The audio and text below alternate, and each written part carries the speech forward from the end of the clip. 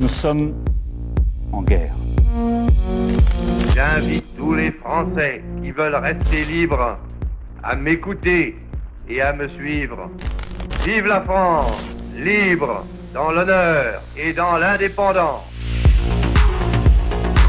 Il y a une pyramide sociale où il y a un mec qui est en haut tout seul, et plus on descend, plus on est nombreux. Et quand on arrive en bas, on est vraiment dans la merde. Alors moi, ce que je voudrais, c'est qu'on remue la merde et que l'odeur monte jusqu'au nez des mecs qui dirigent, et qu'au lieu d'être tourné vers l'extérieur du pays, ils se tournent un peu vers l'intérieur et qu'ils disent « Ah merde, on leur prend tout leur pognon. Ah oui, il faudrait leur en laisser un peu. » Avez-vous, oui ou non, reçu de l'argent liquide de Libye pour financer votre campagne? Quelle indignité. Nous sommes sur le service public, c'est une honte. Évidemment, votre téléphone est sur écoute. Vous y pensez quand vous téléphonez? Oui, naturellement, ça devient, comment dirais-je, intégré dans votre personnalité. Mais si on n'a rien à cacher, il ne faut pas avoir peur.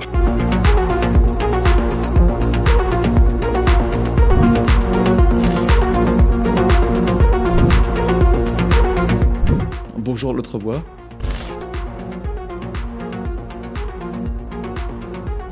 Oui, je pense effectivement qu'on les a pas tirés.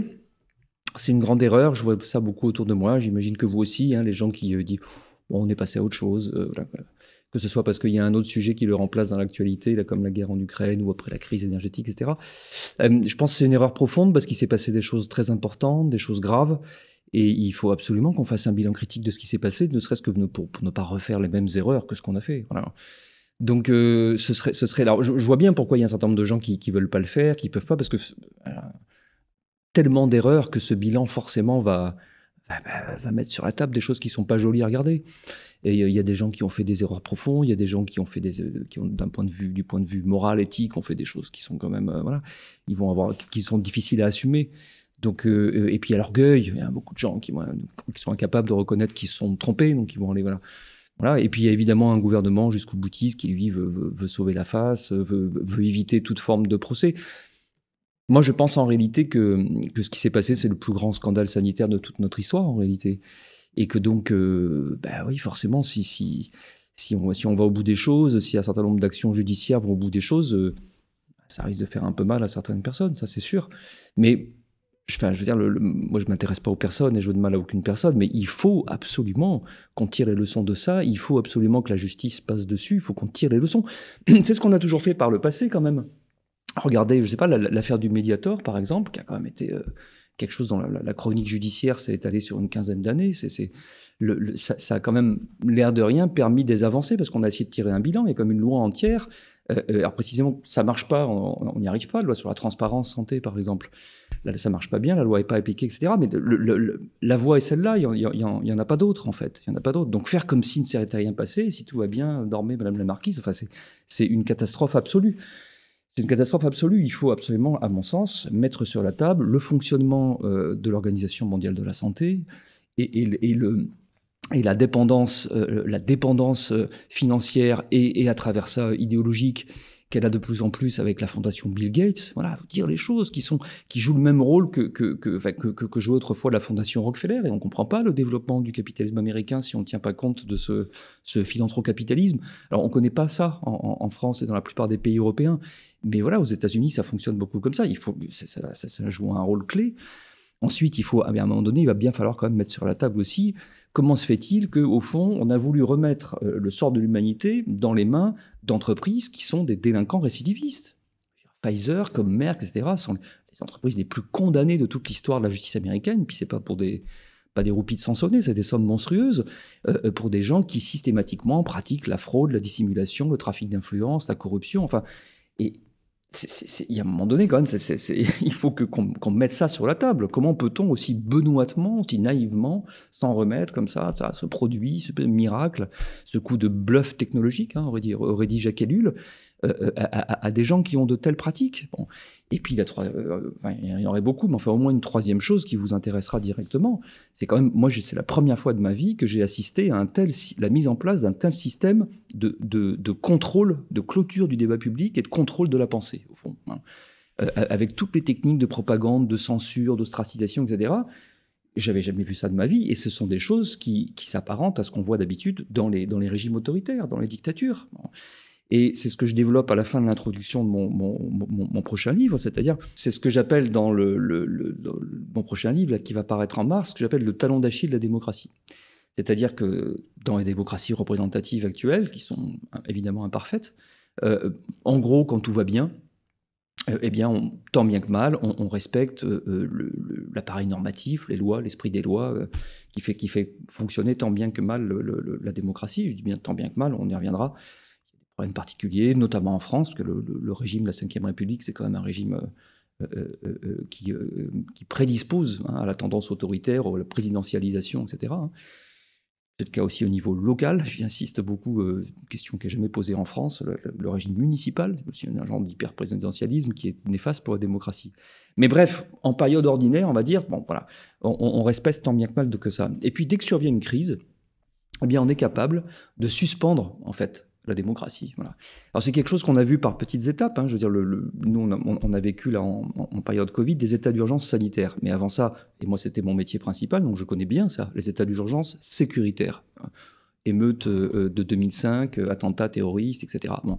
Et ce que disent beaucoup de juristes, avec lesquels moi j'ai appris ça, notamment des juristes, c'est que à chaque fois, ce mécanisme, c'est pour ça que je parle du talon d'Achille de la démocratie, à chaque fois, on prend prétendument à titre exceptionnel, des mesures dérogatoires aux principes ordinaires de la démocratie, et en réalité, elles ne disparaissent jamais complètement à la fin de la mesure du temps dit exceptionnel. Voilà. Il y a toujours quelque chose qui banalise par la suite et qui fait rentrer dans le droit commun, au fond, des dispositifs dits exceptionnels. C'est quelque chose que je pense qui est très dangereux, qui est même mortifère à terme pour la démocratie.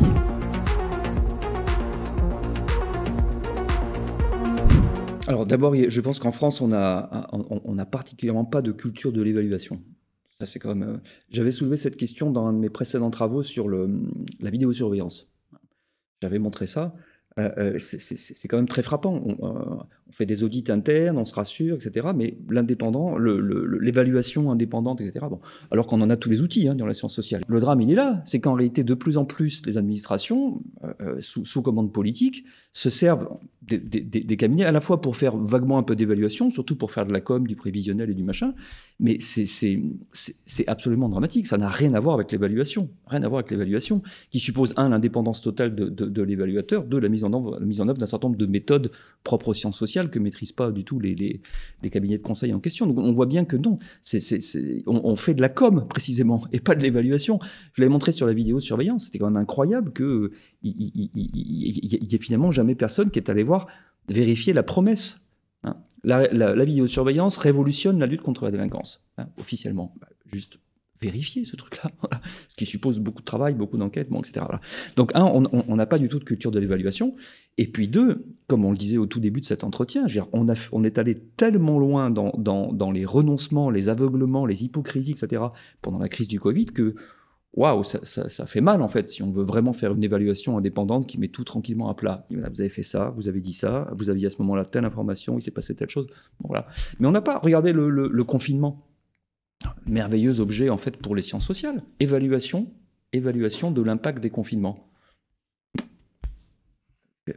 Personne ne fait ça. Je veux dire, l'idée globale qu'il faut évaluer les politiques publiques dans leur globalité et voir ce qu'elles font à la société, est-ce qu'elles remplissent le but qu'elles prétendent avoir atteint, est-ce qu'elles ont d'autres effets qui n'étaient éventuellement pas prévus, etc. Les confinements, c'est un objet énorme parce que ça a des impacts à tout point de vue, collectif, individuel, économique, sociaux, psychiques, etc. Ça a des impacts de court terme, de moyen terme, probablement de long terme. Un certain nombre d'adolescents dont ça a mis en péril la scolarité, ce phénomène de décrochage. Quand vous avez un échec à la fin de l'année ou une orientation qui n'était pas celle que vous voulez, donc en réalité, ça impacte toute votre trajectoire scolaire. Et par ailleurs, le diplôme, c'est la clé de l'entrée dans la vie adulte, de l'accès à l'emploi, etc. Donc en fait, ça impacte toute la vie des gens. Bref, c'est toutes ces questions-là qui sont un minimum complexes, mais c'est notre boulot. On sait faire ça en sciences sociales, évaluer les politiques publiques. Bon, il n'y a jamais eu le début de ça, puisqu'officiellement, c'est merveilleux, tout va bien, on a sauvé un tas de vies. Enfin, voilà, on est en permanence infantilisé comme ça. Donc non, il n'y a pas du tout cette évaluation. Moi, ce qui me frappe beaucoup, au fond, c'est pas le manque de savoir, le manque d'intelligence, le manque de connaissances. C'est au contraire. Il y en a des piles. Se pose plutôt la question de la capacité de certaines personnes encore de cumuler en fait ces savoirs. Il y en a tellement qui s'empilent, on est tous pris dans des logiques d'ultra spécialisation, on se crée des niches, on multiplie la production, les articles, les livres, les séminaires, les colloques, les résidences, les machins. Il y en a, j'en ai jamais vu autant de ma carrière, les programmes, les sous-programmes, les projets, les trucs, c'est infernal. Se pose le problème de la capacité à synthétiser un petit peu tout ça, à s'approprier un petit peu tout ça. Il y a de moins en moins de gens qui sont en capacité à le faire, à prendre un petit peu de recul sur les choses pour avoir une vue un petit peu synthétique. Il y a quelques personnes, évidemment, mais qui sont donc des gens indépendants, intelligents, qui ont été la plupart du temps ostracisés, donc en France, comme dans tous les pays. J'ai publié sur mon blog de Quartier Général, j'ai traduit en fait en français un article israélien qui a étudié ces phénomènes d'ostracisation de tous les savants qui ont dit « mais arrêtez de faire n'importe quoi sur le Covid en paniquant là comme des... » et ce qu'on a vécu évidemment en France, mais Raoult, Perron, Fouché, machin, moi, Henri-Encaude, machin, Montagnier, enfin de tous. Mais ça s'est passé exactement de la même manière dans les autres pays. L'article montre pour Israël, pour les États-Unis, pour l'Australie, absolument partout. Il faut également, il me paraîtrait, mais d'urgence absolue, qu'on mette sur la table ce fonctionnement du débat public, avec aujourd'hui quand même ce phénomène incroyable qui est moi j'appelle ça le contrôle de la pensée tout court par les géants du numérique. Enfin, puisqu'on a d'un côté de plus en plus, on va simplifier en appelant ça Monsieur Google, hein, pour simplifier, mais il y en a d'autres. D'un côté Monsieur Google et puis les autres là, nous disent ce qu'il faut lire, hein, nous ont présélectionné ce qu'il faut lire avec les algorithmes, les machins qui vont renforcer ce qu'on croyait, ce qu'on pense déjà, catastrophe. Et puis de l'autre, on a tous découvert à travers cette crise, ou si certains ne le savent pas, il faut qu'ils se réveillent, les phénomènes de censure. Moi, c'est un truc, j'avais jamais vu ça de ma vie. C'est juste incroyable. Pour vous dire jusqu'où ça va. Je viens également de publier sur mon blog la traduction en français de ce qui est arrivé. C'est un exemple très concret, extrêmement... c'est très, très parlant, me semble-t-il. De mémoire, le 2 novembre 2021.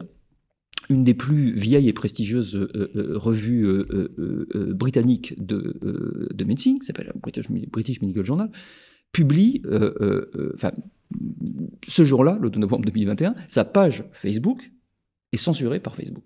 C'est qui Facebook ? Facebook, c'est un jeune homme, une jeune fille payés au lance-pierre dans un pays en voie de développement, dans un petit open space, et qui un algorithme met ensemble des trucs, et puis qui laisse passer, ou qui like ou qui like pas, enfin, c'est des choses comme ça. Il se permet de censurer des plus respectables le mécanisme. Donc, quelqu'un qui n'a aucune qualification ou compétence pour rien du tout va censurer une des plus importantes revues. C'est pas une personne, là. On est carrément sur une collectivité. Donc, c'est bien la science, quelque part, qui est en péril là-dedans. Et pourquoi ce jour-là ? Pourquoi le 2 novembre 2021 ? Eh bien parce que ce jour-là, à la une de la page Facebook du British Medical Journal, il y a le résumé d'un article qui vient de sortir dans la revue, qui est un article qui questionne la sincérité et la probité et les bonnes conditions, y compris pratiques, de réalisation de l'essai clinique de Pfizer sur son vaccin, comme par hasard. Donc d'un côté, vous avez évidemment la version toute propre, l'article publié dans la revue qui va bien, le Lancet ou le New England Journal of Medicine, qui sont deux revues au cœur de la corruption des sciences médicales, hein, comme les propres rédacteurs en chef de ces revues l'ont tous déclaré au fil des années. Donc c'est ça qui se passe aujourd'hui. Donc monsieur, madame Facebook, on va continuer, ou monsieur, madame Google, etc., vont censurer même plus une personne, une institution entière. C'est gravissime. Enfin, c'est absolument gravissime ce qui s'est passé. Et c'est en train de se généraliser partout. Et moi, j'estime que ça pose véritablement la question démocratique. Ça pose la question de la liberté d'expression. Ça nous pose à tous des questions monstrueuses. On ne peut pas faire comme si ne s'était rien passé. Et on doit d'autant moins le faire que ces mécanismes, talon d'Achille de la démocratie, se sont pas du tout arrêtés, parce que l'état d'urgence officiel n'existe plus depuis juillet 2022 ? Non, ça continue, ça se développe sur les autres sujets. Enfin, quand on suit la guerre en Ukraine, la crise énergétique, etc., on voit les mêmes phénomènes de propagande et derrière de censure qui se mettent en œuvre. Donc, est-ce que c'est acceptable ? Est-ce qu'on peut accepter, nous, soi-disant démocratie à la pointe du monde, blablabla, qui se permettent de faire des leçons aux autres ? Ça fait rire. Hein. Si on parle de la corruption, on parlera aussi de nos leçons de morale aux autres pays. Mais est-ce qu'on peut accepter de vivre dans un système où, en réalité, donc, d'un côté, on nous dit ce qu'il faut penser, on censure ce qu'on ne veut pas qu'on lise et qu'on pense. On est en train de nous fabriquer une société avec des petits robots qui vont marcher tout droit comme des pingouins. Enfin, c'est ça. Une espèce d'algorithmisation, non seulement de toute la dimension de notre vie, je veux dire, donc moi, j'estime que ça pose des enjeux absolument fondamentaux, majeurs. Il faut les poser, il faut qu'on en discute.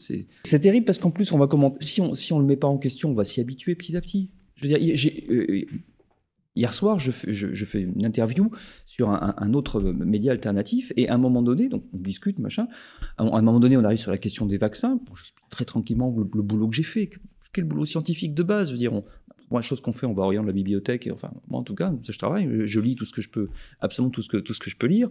Très vite, je comprends que si on veut évaluer un vaccin, on pose toujours 3 questions, c'est toujours les mêmes. Est-ce qu'il y a une protection individuelle? Est-ce qu'il y a une protection collective? Est-ce qu'il y a des effets indésirables graves? Si oui, dans quelle proportion? C'est basique, c'est normal. Bon. Et donc, on fait l'entretien, on arrive sur la question, on me dit « Ah, attendez 30 secondes, là, vous allez reprendre tout de suite, mais juste parce que à ce moment-là, on basculera sur une autre plateforme. » Je dis quoi? Ah oui, parce que si on parle même, donc avec des choses banales et neutres, comme je l'ai dit, en tant que chercheur, ah ben non, sinon YouTube va nous censurer. Donc on est en train tous d'intérioriser. C'est une catastrophe. C'est une catastrophe absolue.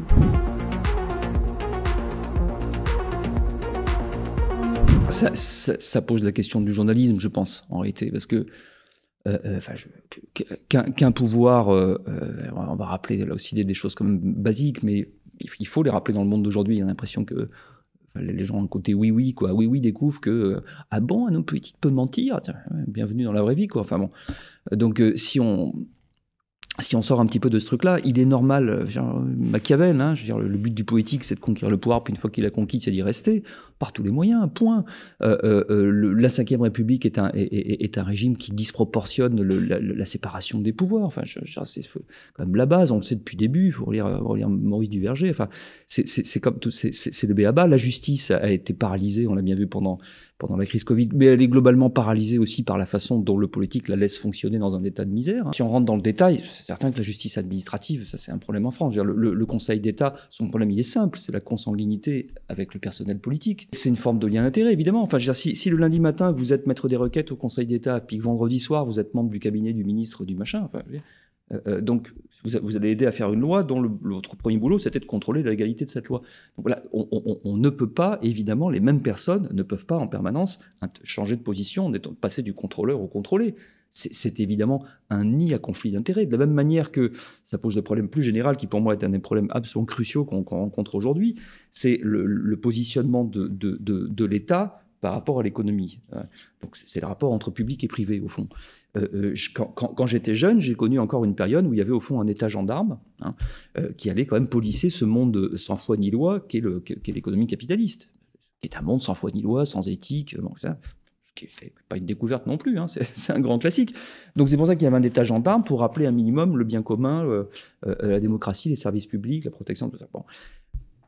Et j'assiste aujourd'hui à la disparition de ce monde-là et je vois bien que je suis rentré dans un nouveau monde où l'État est en fait le partenaire du privé. C'est plus son contrôleur, c'est son partenaire. Il n'y a que ça partout. Les partenariats publics-privés, c'est la doctrine. On ne voit ça que partout. Voilà, tout le monde est partenaire pour faire gagner la start-up Nation France, je ne sais pas quoi. Enfin, c'est catastrophique ce qui se passe là. Et ça pose des questions faut aller au-delà des petits jeux de langage, des machins. Ça pose des enjeux de fond. C'est quoi la conception qu'on a de l'État? C'est quoi la conception qu'on a des services publics? C'est quoi la conception qu'on a de la défense des intérêts communs face, encore une fois, à ce monde de prédation et d'accumulation sans fin qu'est l'économie capitaliste depuis le début. Enfin, voilà, ça aussi c'est un enjeu absolument majeur.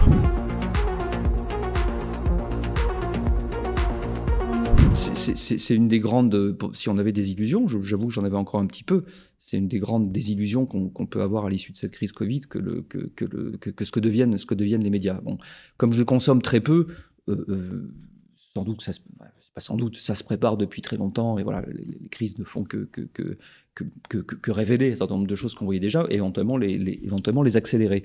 Et on en avait parlé la dernière fois, je crois qu'on s'est entretenu. Et là, c'est ce qu'on a vu, c'est-à-dire...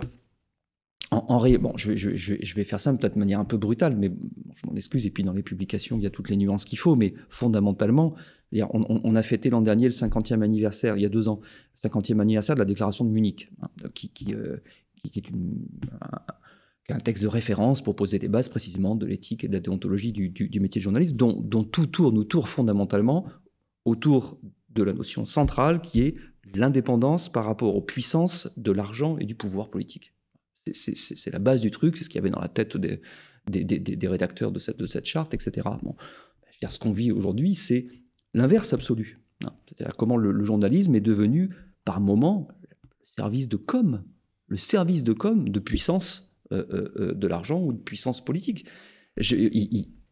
Vraiment, je dis, croyez-moi, sur parole, je le dis sans aucune forme d'agressivité, d'amertume ou je ne sais quoi, mais quand j'étais jeune, quand j'étais étudiant à la fac de droit d'Aix-en-Provence, j'ai commencé comme ça, je m'étais abonné au journal Le Monde parce que je voulais précisément entendre autre chose que la propagande politique. Crise Covid, j'ai envie de dire, et j'ai dit d'ailleurs à certains de mes étudiants quand on travaillait sur des textes en petits groupes, vous voulez connaître la propagande du gouvernement, lisez le journal Le Monde. Vous aviez tout, absolument tout. Je veux dire, les communiqués, les chiffres, les bons experts, ceux que le gouvernement aime bien, jamais un pet de travers, jamais une voix discordante.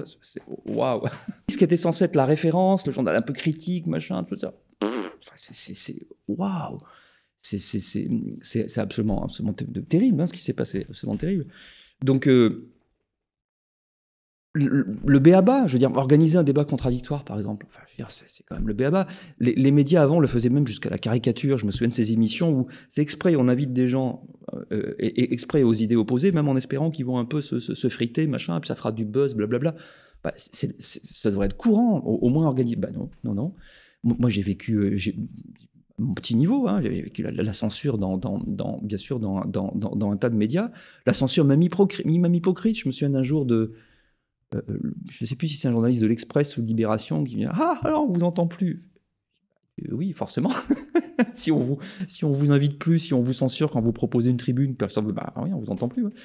Bon, donc ça, c'est terrible. Mais au-delà de ça, cette crise a bien révélé la triple dépendance économique fondamentale dans lesquelles sont aujourd'hui les entreprises de presse. Vous le savez mieux que moi, mais on parle pour nos auditeurs.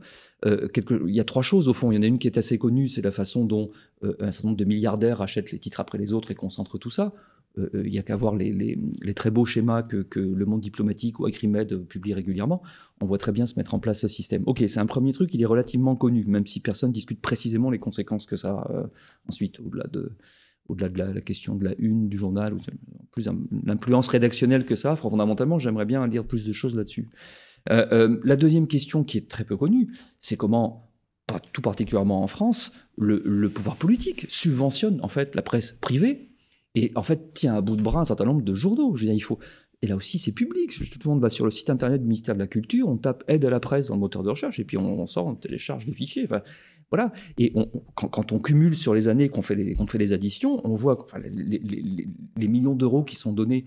On finit par comprendre, quand on voit par ailleurs la situation économique d'un certain nombre de ces médias, les plans sociaux cumulés, etc., on finit par comprendre qu'en fait, ils sont tenus à bout de bras, la tête hors de l'eau, par les subventions publiques, alors que c'est la presse privée. Bon. C'est pareil, quelles conséquences rédactionnelles a cette dépendance? Bon. Et puis la troisième, que les gens connaissent encore moins, c'est la dépendance désormais de ces entreprises de presse vis-à-vis des GAFAM. Je veux dire, Google et Facebook en particulier ont un plan journalistique en tête.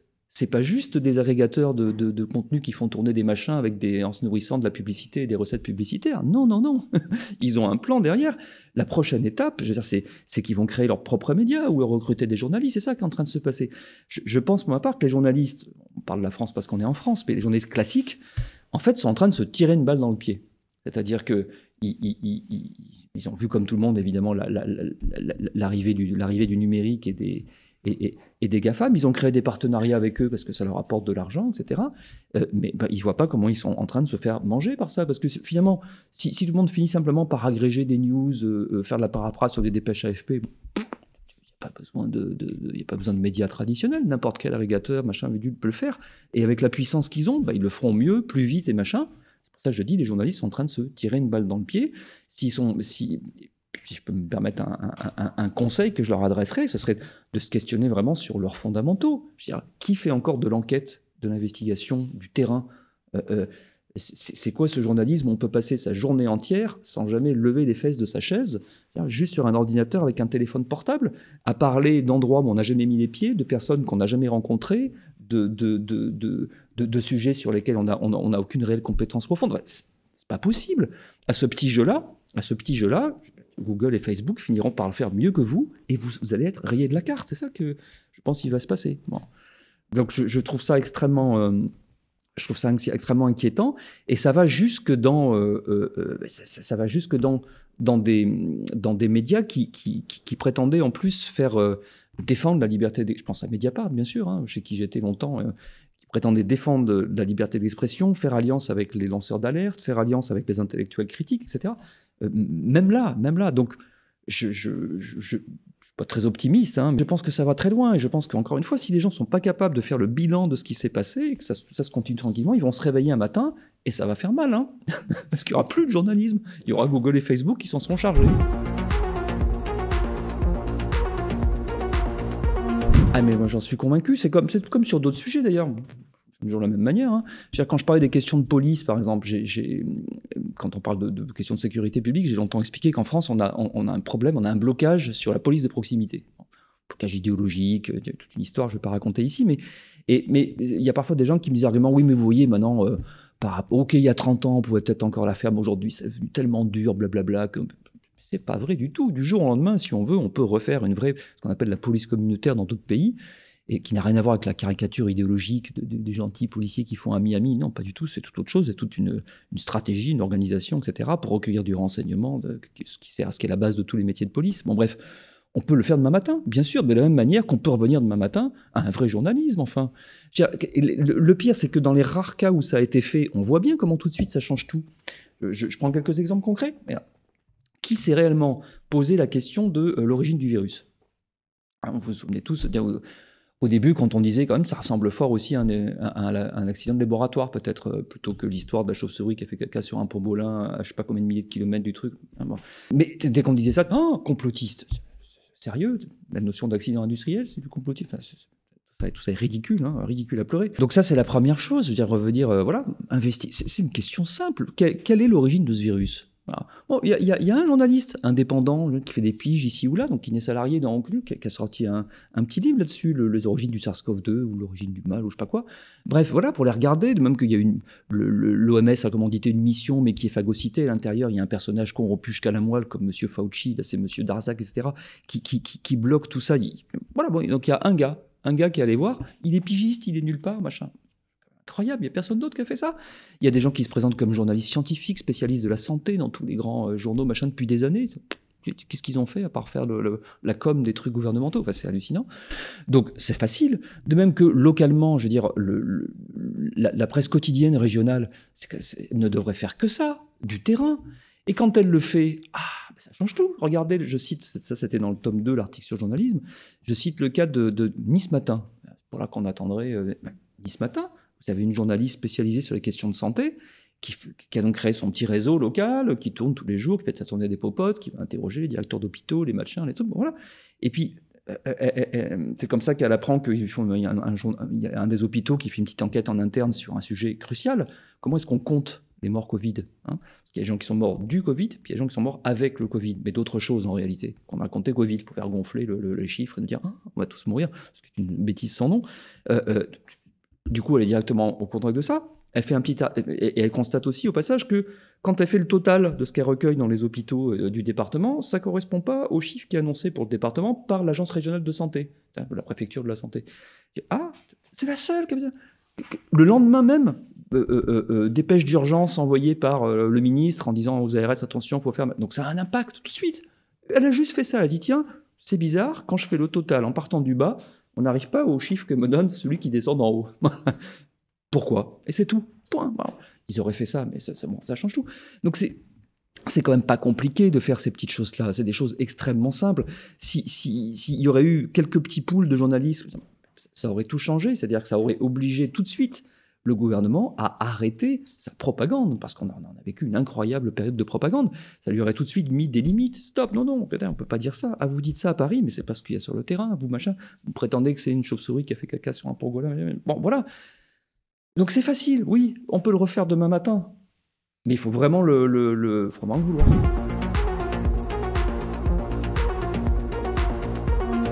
Alors, je vais vous parler des fact-checkers, bien sûr, mais je rebondis tout de suite sur l'AFP, c'est très intéressant.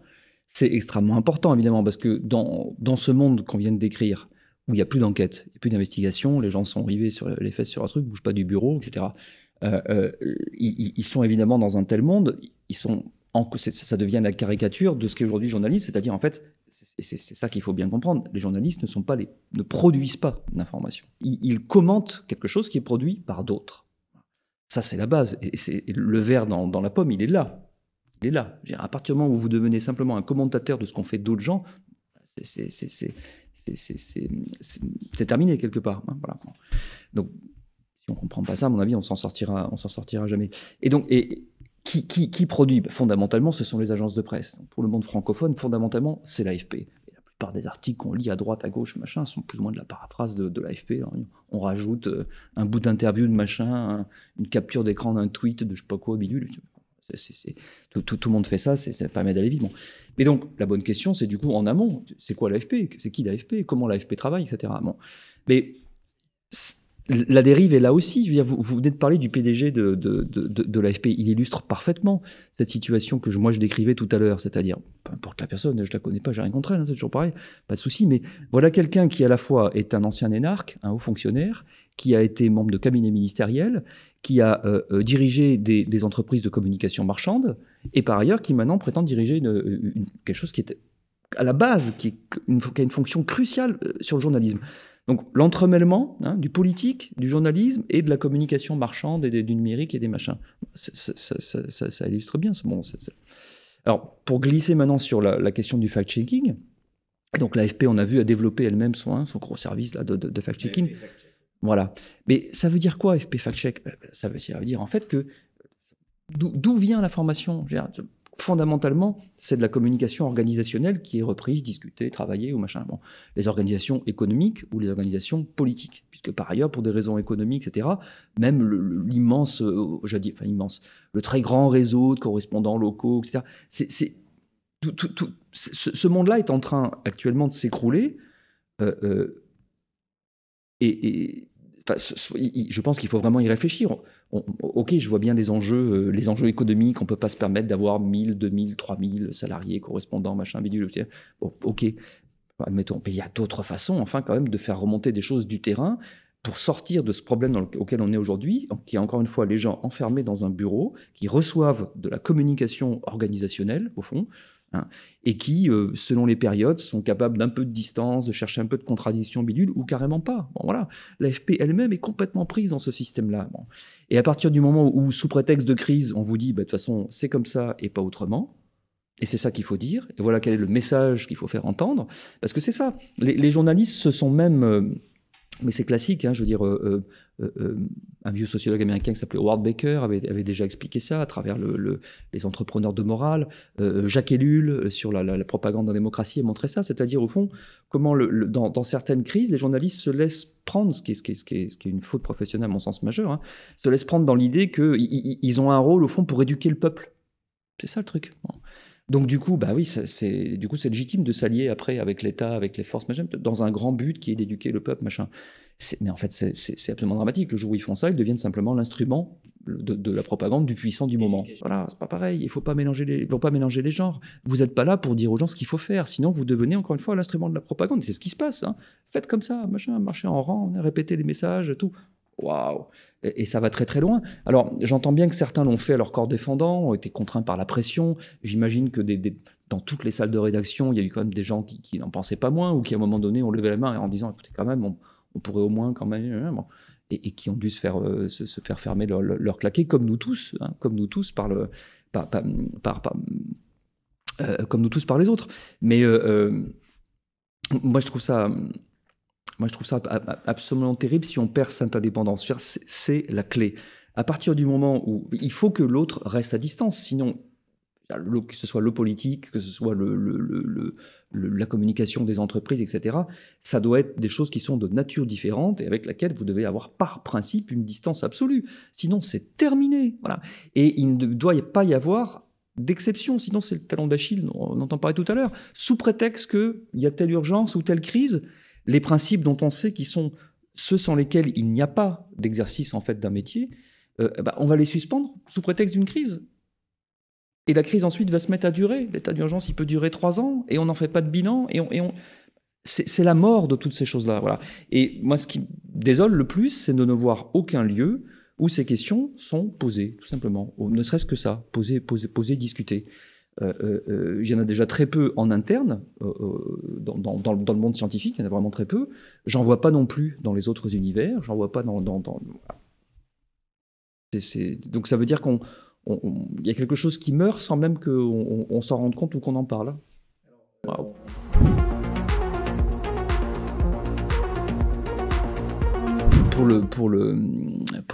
Pour le chercheur scientifique que je suis, le désintéressement, c'est la base. C'est le principe numéro 1 de l'éthique. Voilà. C'est le principe numéro 1. C'est-à-dire, c'est le fait de rechercher la vérité pour la vérité, sans aucune autre forme de considération. Donc, ça va au-delà même de la notion habituelle de conflit d'intérêts. C'est vraiment le fait de n'avoir rigoureusement rien à gagner sur aucun plan. Alors, ça englobe évidemment la question des intérêts éventuels financiers.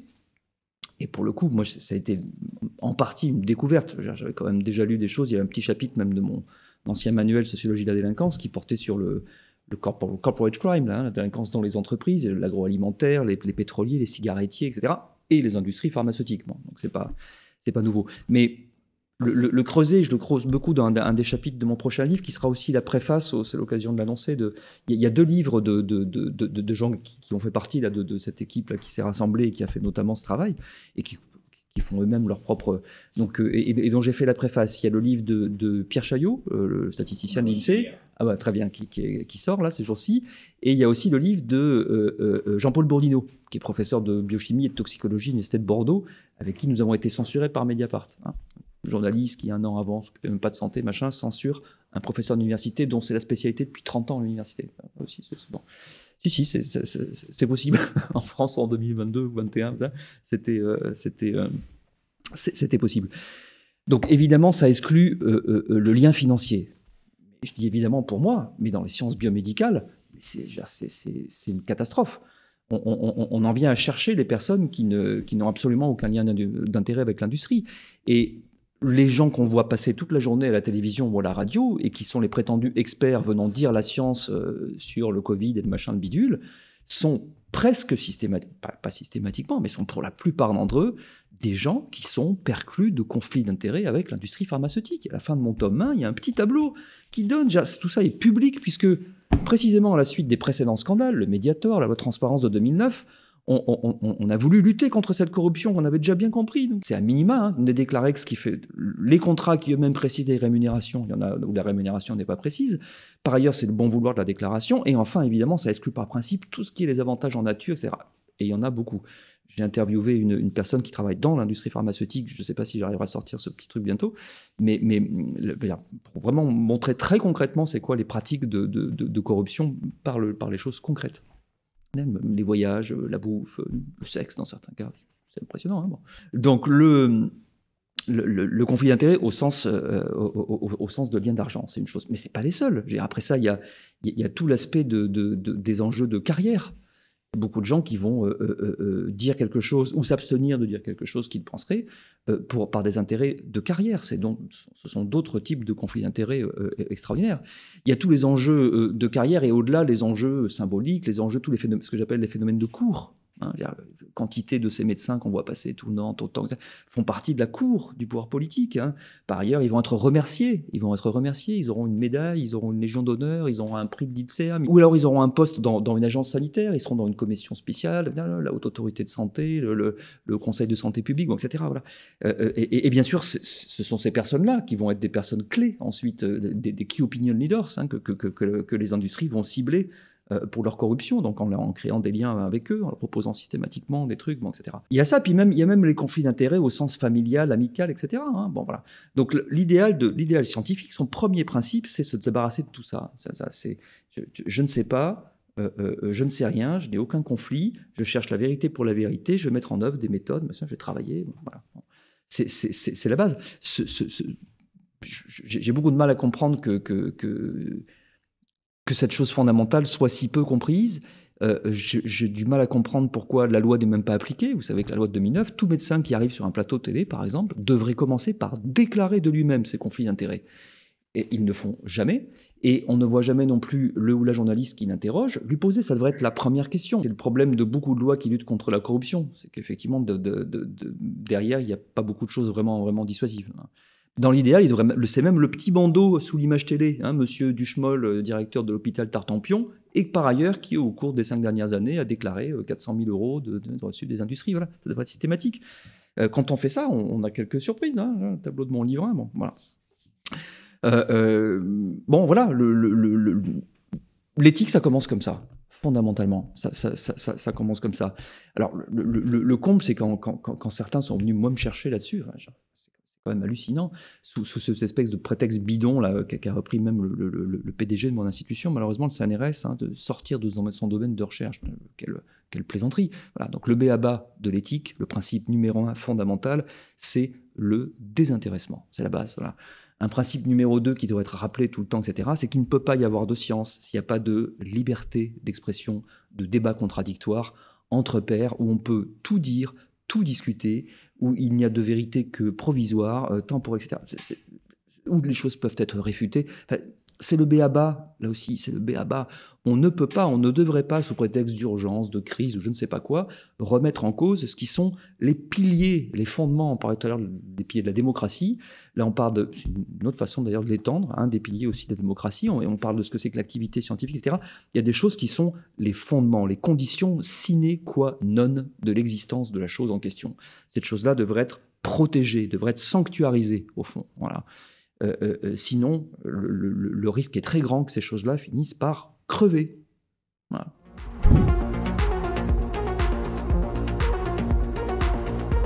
Alors, c'est dans le prochain livre, qui est une sélection d'articles que j'ai fait, qui couvre les 25 années, au fond, d'exercice de mon métier de chercheur au CNRS que j'ai eu. Et j'ai pris ceux qui illustraient cette posture de sociologie engagée que j'ai toujours pratiquée, et qui est engagée fondamentalement pour défendre la démocratie. Ce sera le titre d'ailleurs du livre, défendre la démocratie, une sociologie engagée. Et un des axes fondamentaux de cette posture a consisté à essayer de, au fond, redonner la parole aux gens qui en étaient privés. D'où aussi mon intérêt pour la sociologie de Bourdieu, etc., les mécanismes de domination, essayer de donner un petit peu la voix aux sans-voix, comme on aurait pu dire l'abbé Pierre ou Martin Luther King, etc. C'était un petit peu ça l'idée. Ça procède chez moi d'une conception, là aussi, basique, élémentaire, les fondamentaux de la démocratie. La démocratie, pour moi, le principe, c'est que c'est une table autour de laquelle chaque catégorie de la population doit être représentée pour qu'on discute collectivement du destin commun. Voilà. Évidemment que, sans illusion sur le fait que, selon que vous serez riche ou puissant, celui qui est assis à la table n'aura pas la même force, la même légitimité, le même poids, le machin, mais qu'au moins tout le monde soit assis autour de la table et puisse, à un moment donné, dire « excusez-moi, mais moi, ma condition, c'est ceci, cela, prenez-le en compte. » Voilà, bon. C'est un enjeu démocratique fondamental. Si tout le monde n'est pas assis autour de la table, il n'y a pas de démocratie. Bon. Et je répète qu'au niveau local, ça se joue beaucoup aussi. Je veux dire, quand j'avais travaillé sur les émeutes, j'avais dit ça un jour, pardon, c'est une parenthèse, mais ça illustre toujours la même question démocratique.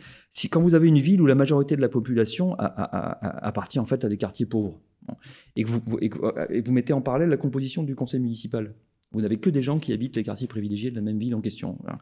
Ça pose un problème démocratique. Fondamentalement, ça veut dire que les gens ne sont pas assis à la table. On va décider pour eux. Donc pour moi, le minimum, le b.a.-ba de la démocratie, c'est que tout le monde soit au moins assis autour de la table, même si après ils n'ont pas les mêmes puissances, etc. Mais bon, c'est la base. Donc donner la parole à ceux qui n'ont pas. Et prendre au sérieux ce qu'ils disent. Donc oui, ce livre s'ouvrira par un gros chapitre que j'avais écrit il y a une vingtaine d'années, qui était une analyse des textes de rap, du premier rap français avant qu'ils deviennent un produit commercial. Donc la fin des années 80, le début des années 90, les groupes mythiques, NTM en région parisienne, IAM à Marseille, etc. Assassin. Et en analysant les textes, et à une époque évidemment où autour de moi, dans mon monde, donc, qui est plutôt le monde des classes moyennes supérieures, des petites bourgeoisies, etc., je voyais que des gens qui disaient « c'est quoi cette musique de sauvage, inaudible, ces gens qui ont l'air violents, blablabla ». Donc j'ai analysé le contenu. J'ai montré que les types sont des espèces à leur façon, sont des analyseurs, des journalistes, parfois un peu des sociologues, des conditions de vie dans les quartiers populaires. Ce sont des documents, des témoignages, c'est extrêmement intéressant. J'ai retrouvé ça sur les Gilets jaunes, bien plus tard. Et donc, la deuxième partie de ce livre-là rassemblera les 3-4 petits papiers que j'avais fait à l'époque. Pareil, le moment des Gilets jaunes arrive autour de moi, je vois que des gens... J'ai retrouvé le même mépris social, vous savez, voilà, qu'ont une partie des gens qui se considèrent être dans les élites, qui regardent cette populace, oh oui, ces gens, parce que l'essence a un peu augmenté, machin, quoi, c'est pecno, enfin oui, bon, c'est poujadiste, une espèce de mépris social comme ça, qui était le même que celui que j'avais pour les gens de banlieue, c'est toujours le même truc, bon, pareil. Donc, prendre au sérieux, aller écouter ce qui se dit, juste prendre au sérieux les gens, ça ne veut pas dire adhérer totalement ou je ne sais quoi, mais prendre au sérieux, c'est un petit peu la base. Et chercher, c'est ça le boulot du sociologue, essayer de donner la bonne interprétation, la bonne signification à ce qui est en train de se passer. Ce qui suppose, par définition, sortir absolument de ces positions, de cette espèce de posture là de mépris social qui sont fondamentalement... ça devrait être interdit, a fortiori pour des sociologues. Le recueil se termine d'ailleurs, j'y ai mis aussi la préface que j'ai fait au livre qui sort également, encore une actualité, qui sort également chez Très Daniel, je crois, cette fois-ci, un livre qui est un recueil de témoignages de soignants suspendus. J'ai fait une petite préface dans laquelle je pose la question notamment de... On parlait tout à l'heure de la maladie grave dans laquelle la démocratie se trouve aujourd'hui. Donc il faut être tranquillement, il faut se poser la question de qu'est-ce qui va se passer si cette maladie s'aggrave encore. Hein, donc il faut poser la question du retour à des formes de régime plus autoritaires. Il faut aussi, d'un point de vue sociologique et philosophique, poser la question du totalitarisme, qu'est-ce que c'est, etc. Voilà. Donc c'est ces questions que je discute, encore une fois, très, très tranquillement. Dans un des chapitres de ce livre. Et je pense que oui, la dérive totalitaire, elle existe et elle a déjà existé dans l'histoire. Au fond, à chaque moment où l'État, au fond, adopte une idéologie, quelle qu'elle soit, religieuse ou laïque, etc., ou pseudo-scientifique, je veux dire, l'idéologie vaccinale, c'est devenu une religion d'État. C'est une religion d'État. Donc, fait de cette idéologie, quelle qu'elle soit, la religion officielle de l'État. Voilà. C'est ce qui s'est passé là sur le Covid, c'est vraiment ce qui s'est passé. C'est tout à fait comparable aux religions d'État qui existent, en référence à des religions classiques dans d'autres pays. Donc et qui fabriquent, on doit répéter ensemble, psalmodier les mêmes trucs, répéter, marcher en colonne. C'est exactement ce qu'on passe son temps à dénoncer, critiquer, etc. Sur d'autres religions et sur d'autres pays. Or, c'est ce qu'on a fait là. C'est une religion laïque, mais c'est une religion. C'est exactement le même mécanisme. Donc, toutes ces choses-là sont des périls mortels pour la démocratie. La moindre des choses, ce serait qu'on se mette tous autour de la table et qu'on ait un débat sans concession dessus. Au moins ça. Or, je répète, on en revient pour boucler la boucle, au fond, avec votre première question, mais je veux dire, est-ce que vous voyez, vous, aujourd'hui, l'émergence de ça ? Une vraie... possibilité de faire le bilan critique, mettre à plat les choses, tirer les leçons des erreurs qu'on a fait, etc. Moi, pour l'instant, je le vois pas. Je l'espère, je l'appelle de mes voeux, j'y ai mis beaucoup d'énergie. Je le vois pas arriver. S'il n'arrive pas, je pense que ce sera vraiment, vraiment désastreux.